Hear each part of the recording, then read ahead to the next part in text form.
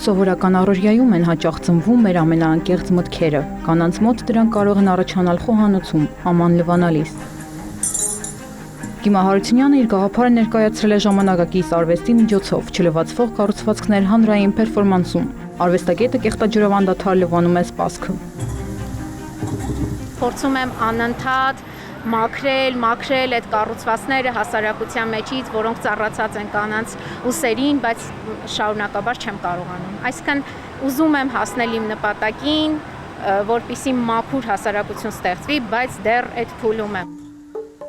Այս ներկայացմամբ արվեստագետը հիշեցնում է բոլորին կանանց անտեսանելի, հաճախ չգնահատված աշխատանքի մասին, ընդգծում կնոջ դերն ու առաքելությունը, որոնք հանրությունը հաճախ ճիշտ չի ընկալում։ Մեր կենցաղի աշխատանքը չունի սկիզբ եւ վերջ։ Կարծես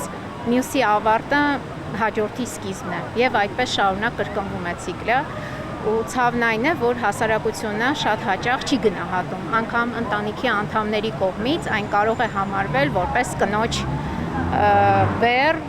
որտեղ կինը պետք է բավարարի բոլորի պահանջները ընտանիքում, կենցաղում, հասարակության մեջ, անգամ աշխատավայրում ամեն օր։ Յուրաքանչյուր ափսեն լվանալիս կիման կարծես հանդիպում է մի նոր կարծրատիպի, անվերջ կրկնվող աշխատանք։ Աշխատանքից հետո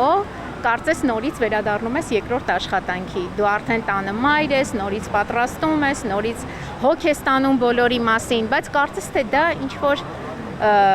պարտականության քո մի փուլն է կազմում։ Իսկ տղամարդը կոնկրետ ժամանակահատված ունի եւ վերադառնում են, արդեն հանգստանում է։ Կանայք պետք է խոսեն իրենց իրավունքների մասին ոչ թե պայքարը պատերազմի վերածելով, այլ յուրաքանչյուրն իր լեզվով, ասում է հեղինակը։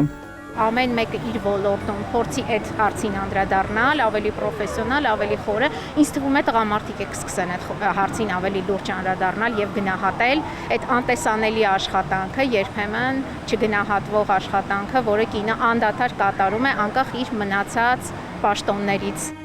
Կիմա Հարությունյանի պերֆորմանսին անակնկալ միացան նաև մի քանի հանդիսատես կանայք։ Հեղինակի համոզմամբ իրենց միջև այդ կապը ձևավորվեց ընդհանուր փորձի մտածելակերպի շնորհիվ, քանի որ կնոջը լավագույնս կարող է ճանաչել եւ հասկանալ միայն կինը։